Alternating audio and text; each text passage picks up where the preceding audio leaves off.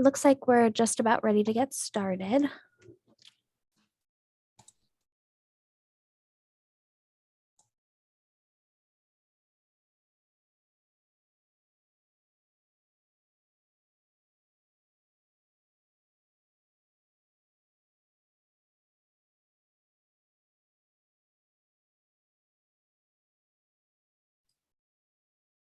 I think we can get started.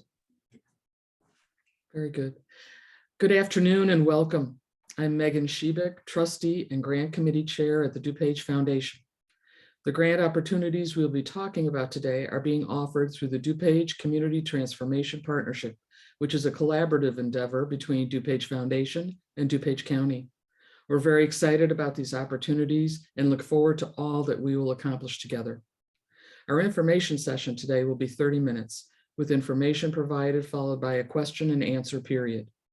Please provide your questions in the Q&A area. We will answer as many as possible. Frequently asked questions will be added to our website. Slides from our presentation today will be sent to you later today. Thank you for being here, and I'd like to introduce Mary Keating, DuPage County Director of Community Services. Thank you, Megan. I'm really grateful to the County Board for voting to create this partnership with DuPage Foundation. As I'm sure you know by now, the board granted $10.6 million in American Rescue Plan Act funds to DuPage Foundation to administer this program. The goal of the program is to support social service organizations that are providing assistance to DuPage County residents in the areas of food insecurity, housing instability, mental health, and substance use disorder. We've put together a committee made up of Foundation and County board members, Foundation and County staff, and a community member. And together we have crafted this program. And we're very excited to finally launch it. So this is an exciting opportunity, and there's been a great deal of publicity about the partnership between the Foundation and the county, which has already generated many questions. So our purpose today is to provide details about the grant program and answer those questions. So now I'd like to introduce Barb Stepaniak, Vice President for Programs for DuPage Foundation. Whoops.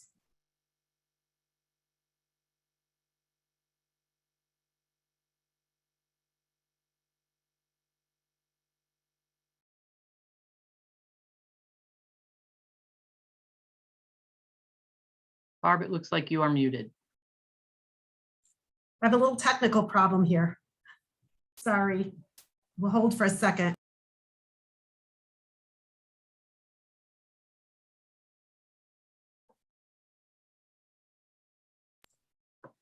Oh.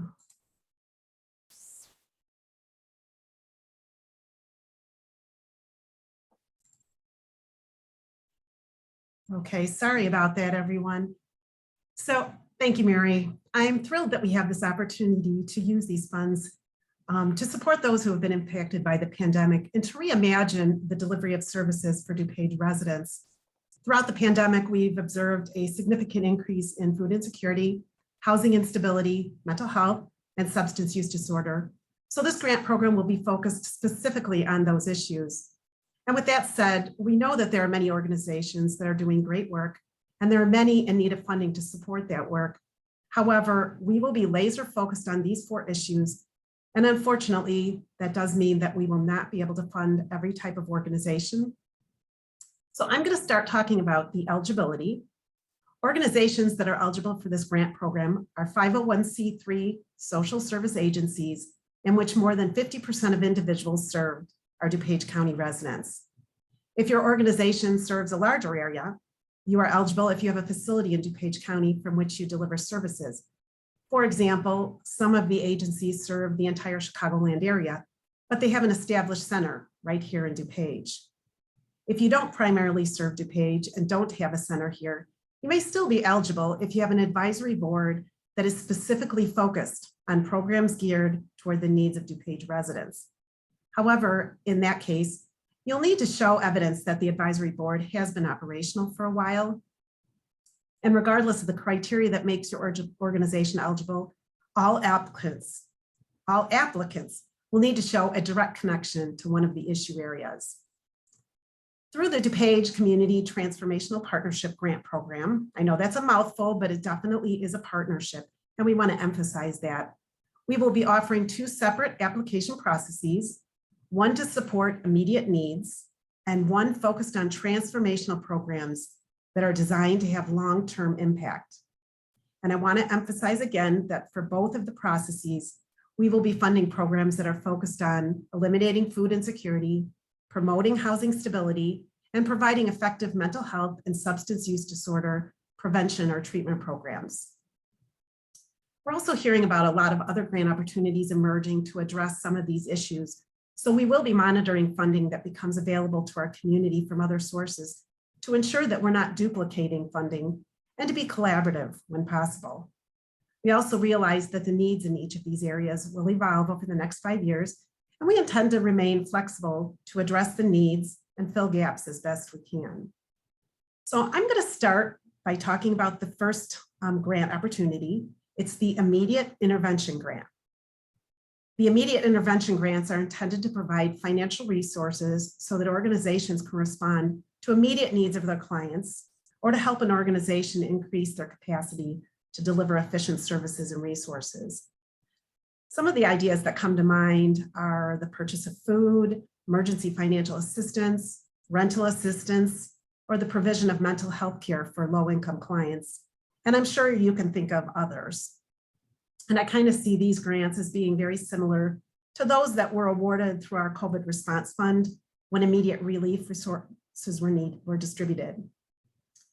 These grants will be awarded annually for the next 4 years, this year, 2023, 2024, and 2025.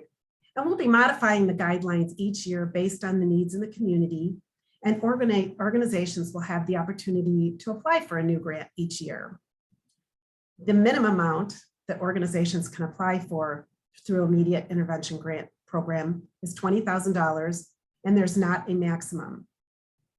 While we aren't providing a limit on the amount organizations can apply for, we do expect applicants to be realistic about their capacity to manage the size of the grant they're requesting. So for example, the requested amount should not expand your annual operating budget by 50%. That's just an example. The appropriate amount will be dependent on the size of your organization, the scope of the need, and the number of residents that will be served. The application process will begin with a letter of intent that will be due April 15th. Our evaluation team will review the LOIs that we receive and will advise applicants via email the status of their request in late April. And at that time, selected organizations will be invited to submit a full proposal, providing the team with more detailed information. Right now, we really don't know how many LOIs we'll be receiving, but we do anticipate that we will not be able to invite everyone to complete a full application. The actual applications will be due by May 27th, and grants will be awarded in late June. The foundation will be reporting annually to the county board on the impact of these grants, and the county in turn must report to the U.S. Treasury. So grant recipients will be required to keep track of and submit specific impact metrics regarding the populations and numbers served in a final report. And now I'd like to talk about our second grant opportunity, which is the Transformational Grant Program.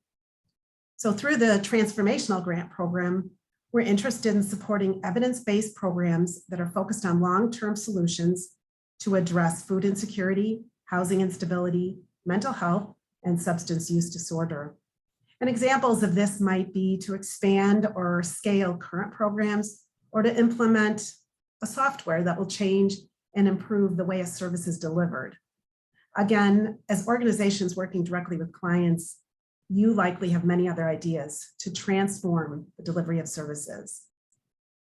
We plan to offer additional information sessions in April to further discuss the transformational grant opportunity, but we wanted to give you a general idea of the scope of the program because we know you'll need time for your board and staff to strategize how your organization can advance your work in one of these areas. To help you start thinking about this, organizations will be eligible to apply for a 1-year or 2-year grant program, and we plan to offer a second round of funding in 2024. This process will also begin with the submission of an LOI, which will be due June 3rd.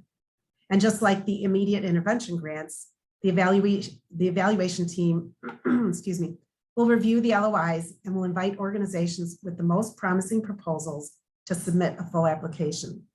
And that application will be due September 15th, with grants being awarded in October. Again, there will be no minimum or maximum request amount for this grant opportunity. The appropriate amount to apply for is related to the size of your organization, the scope of the need, outcomes you will be measuring, the long-term impact you intend to have, and the number of residents that will be impacted. The guidelines for this grant program, well, actually for all of the both grant programs, will be posted on our website tomorrow, along with the immediate intervention LOI application. We also will email the guidelines to everyone who attended today's session. All LOIs and applications will be submitted through the DuPage Foundation portal, which is listed on our website. If you have applied to the foundation before, you should use that account for LOI and application submission. If you have not applied, you will need to create an account when you initially go to the site.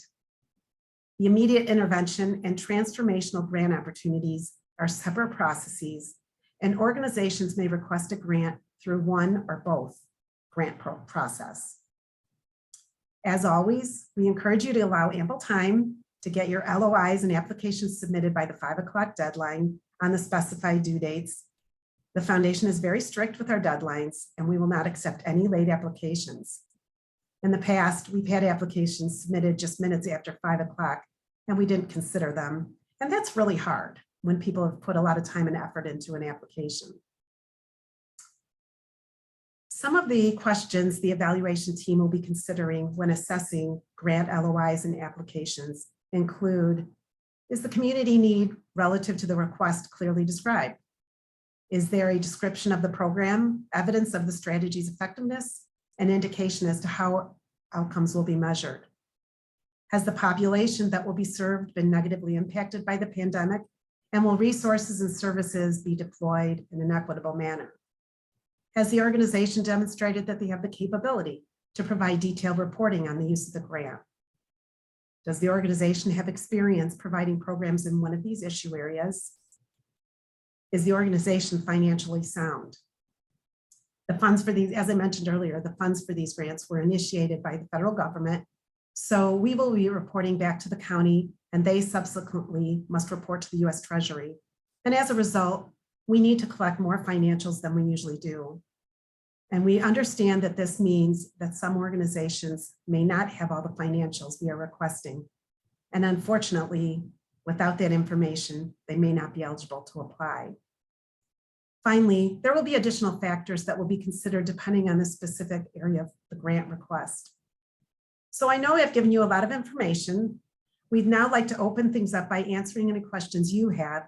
And as Megan mentioned earlier, please enter any questions in the Q&A section. We'll try to answer as many questions as possible, and we'll post an FAQ with responses if we don't get to your questions. We'll be posting that on our website tomorrow. So with that, Laura, do we have any questions?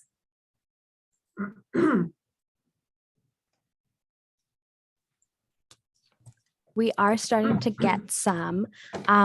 This first question here is, will the grants fund capital requests or things like furniture and equipment?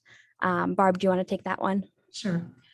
We do not intend to fund capital projects with this, but I look at equipment as more capacity building. Mary, if you disagree with that, but no, we don't really think we're going to be, well, we're not going to be funding bricks and mortar.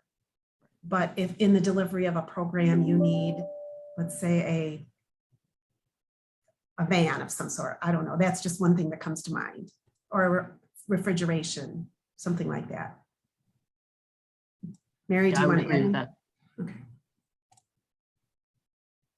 And how about, will the grants be awarded upfront or paid through a reimbursement like other federal grants might be?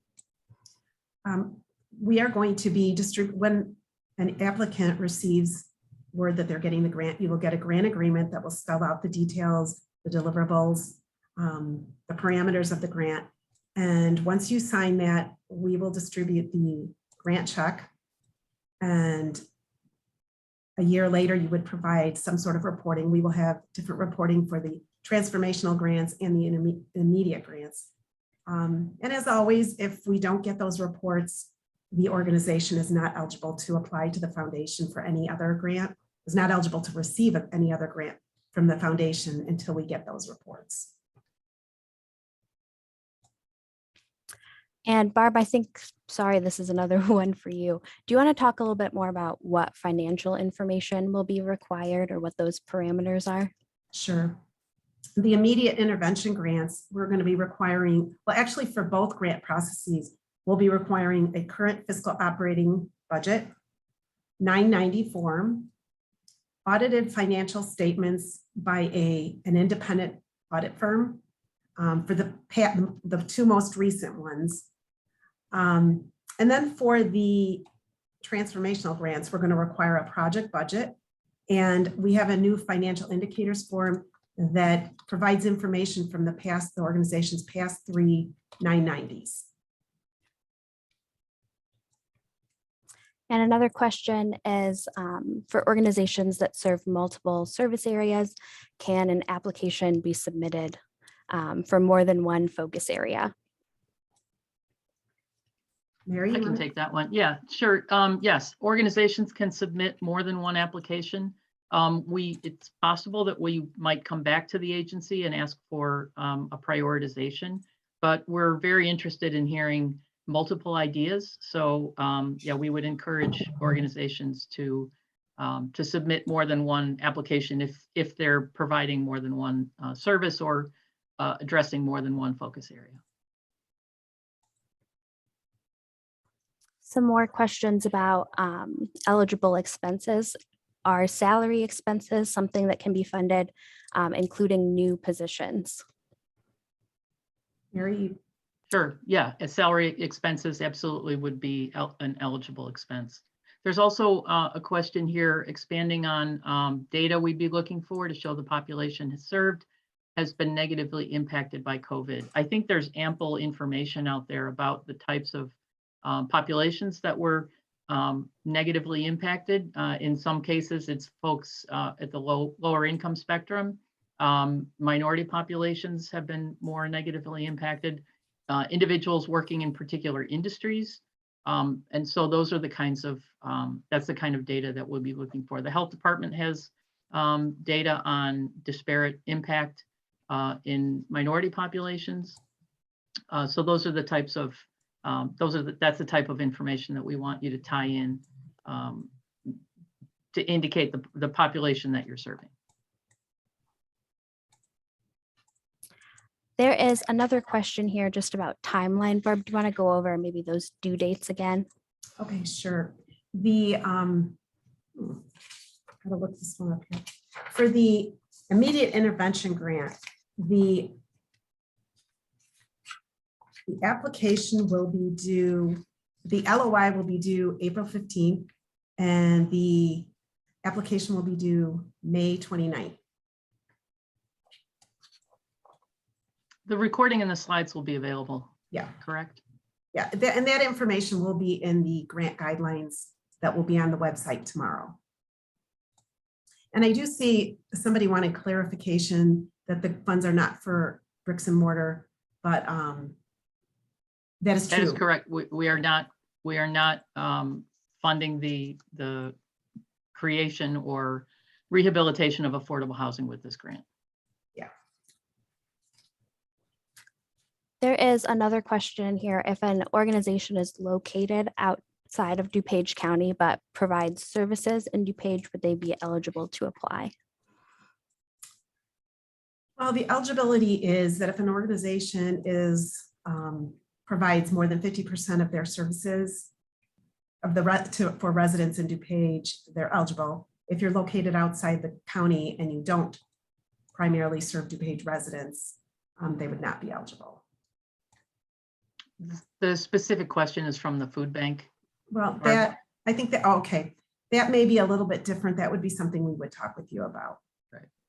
Because I know that you basically do have homes, like a lot of homes in DuPage County, probably, what is it, 53 food pantries in the county?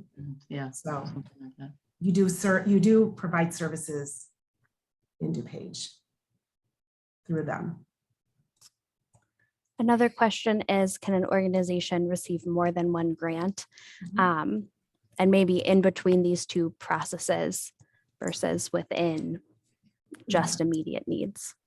Yeah, organizations can apply for a grant in both processes, and they actually can receive a grant in both processes. So if you do receive an immediate intervention grant, that doesn't preclude you from applying or submitting an LOI to the transformational grant process. And along those lines, can you apply if you receive grants from other DuPage Foundation grant processes? No, I mean, you can apply. This is a very separate process, completely separate from every other grant, DuPage Foundation grant program. And this, you can apply for this regardless of any other grants you've received from the foundation, as long as you've got your final reports in. But you can also apply to the, for example, our Community Needs Grant Program, if you receive a grant from this program.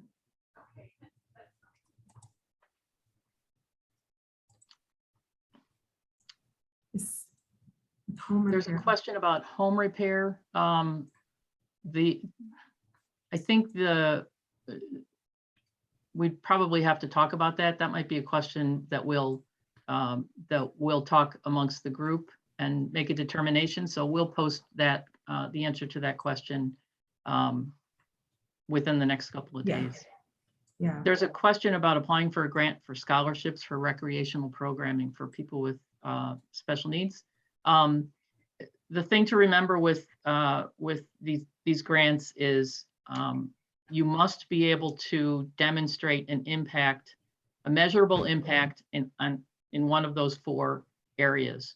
So if you are providing recreational opportunities, you will absolutely have to measure the mental health impact. And so that's really what the focus is making an impact in one of those 4 issue areas. And I see a question here. If you apply for a grant, do you need a 2019 and 2020 tax report? You are going to need the audited financial report for the 2 most recent fiscal years. And that is a definite, something we need. We want that independent. And that's partly, well, mainly because we report to the county and the county is reporting to the US Treasury, and we need to know that there's been an independent evaluation by an audit firm. That's really, really important with this particular grant program. So yes, you would need the audits.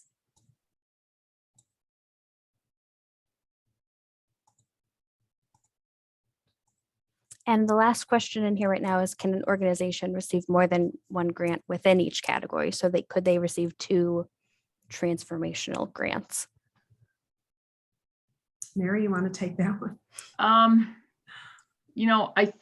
I guess I'm not quite sure what this question means. More than one grant within each category, meaning more than one immediate intervention grant or more than one immediate intervention housing instability grant. So I guess my question is how are you defining category? But I would say, and again, we'll talk about this as a group, but I don't envision us providing more than one grant per grant opportunity per issue area. So I don't imagine an agency would be awarded 2 separate grants for immediate intervention in housing instability or in food insecurity. I don't know how you feel about that, Barb. Yeah, I want to clarify, part of the reason we're doing a letter of intent process is because this is a new process. It's a new program. There's a lot of things we're going to be working through, and we just don't know what we're going to receive. So we're going to be this is one of those times where you're making some decisions as you're moving along, as needs emerge. And we just don't want organizations, if they're not, once the committee has a chance to look at everything, we don't want people spending a lot of time if they're just not going to get complete consideration for their application. There's a question about serving clients outside of DuPage. To be clear, individuals outside of DuPage, serving individuals outside of DuPage that is not an eligible use of these funds. It must serve DuPage residents. So the agency could be outside of DuPage, but the beneficiaries must be in DuPage. And then after LOIs are submitted, how will applicants be notified of a decision? All of the notification will be via email. So you would receive it in late April. You'll be receiving notification for the immediate intervention LOIs. Another question in here is if an organization doesn't fit into these categories, is there any chance of future funding to be made available in other program areas? Through this particular program, no.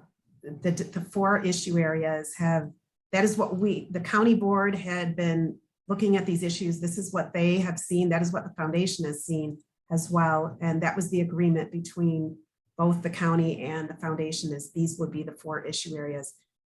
I mean, I never say never about anything, but right now I don't see that happening. Right, it would take an action of the county board to decide to expand the eligibility. I don't see that happening. They've made a very clear decision about these 4 issue areas. Mary Miller, oh, sorry, I didn't mean to say it. Her question was whether we can receive 2 transformational grants, for example, each in a different focus area. So in other words, you're asking if you could receive a grant in housing instability and one in mental health. It sounds like, and again, I think Mary's answer pretty much is. I think, I would encourage it. We absolutely know that we will be oversubscribed in the applications that we receive. So we anticipate we will receive significantly more requests for funding than we'll be able to fund. And so I would encourage agencies that are considering applying for more than one issue area or more than one grant to really think very carefully and strategically about putting their best application, their best idea forward. I'm concerned if agencies are kind of, trying to fit into a number of slots that you really play to your strength. Certainly there's agencies that have programs that will fit into more than one category, but I would really encourage agencies to really narrow their focus and really put their best application forward. I see one last question. Are you able to tell us how much is allocated to each year of the immediate needs grant and to be the transformational grants? Right now, we have pledged to remain flexible, again, because we're waiting to see what we get in each of those areas. So we really don't know. I will add though, yes, our intention is to remain flexible, but we are also pretty clear that the bulk of the money, more than 50% of the money will go towards transformational grants. That's, thank you, Mary. This is such a significant opportunity. We want to really take advantage of that opportunity to provide larger grants that provide, transformational programming that can really move the needle on some of these issues. So, while we don't have a fixed dollar amount, I think I can speak for the group and easily say that the majority of the funding will go to the transformational grants. This is a once in a lifetime opportunity and we're going to take advantage of it. Right. Absolutely. Thank you all for participating today in our information session. Thank you, Barb and Mary, for all the information you've provided in your answers. We have reached the end of our 30-minute session. Frequently asked questions will be added to our website. Slides from the presentation will be sent to you later today. A recording of our information session will be posted to the website along with guidelines and all the frequently asked question responses, etc. Should be out tomorrow when the portal for immediate intervention grants will open. We're very excited about this partnership and everything we can all accomplish together. So thank you again for your time today. Thank you all.